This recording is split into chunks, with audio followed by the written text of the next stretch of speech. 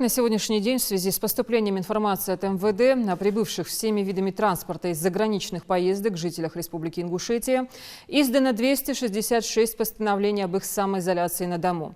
Территориальные медучреждения организуют за прибывшими наблюдение. Ситуацию прокомментировали в Роспотребнадзоре. Все граждане, которые приехали из-за границы, они подлежат режиму домашней самоизоляции.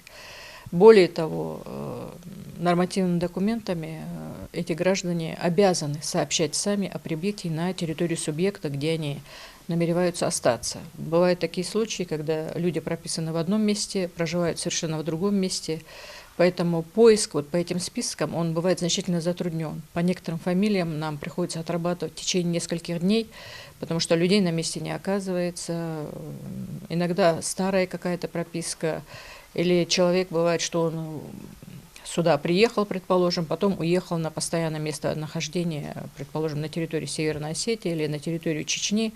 То есть варианты самые различные. Убедительная просьба ко всем лицам, которые прибыли недавно из-за границы. Пожалуйста, по приезде домой сразу сообщите по телефону. Не надо никуда выходить. Если у вас есть дома возможность самоизолироваться, самоизолируйтесь.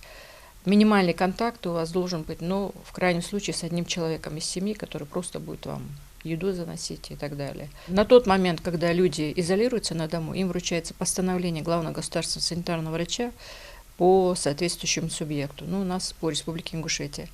И в этом постановлении описывается, что гражданин такой-то, к нему применен режим самоизоляции на дому, он обязан соблюдать этот режим, и по административному законодательству влечет нарушение режима, нарушение статей 19.6 и 19.6 или 19.5 Кодекса административных правонарушений. То есть при выявлении нарушения режима на таких людей мы можем подать в суд. Одновременно с вручением постановления самому самоизолируемому лицу отправляется предписание территориальной медицинской организации об осуществлении медицинского наблюдения за этим человеком и отсылаются списки в МВД для того, чтобы участковыми оперуполномоченными проверялся режим соблюдения режима самоизоляции на дому.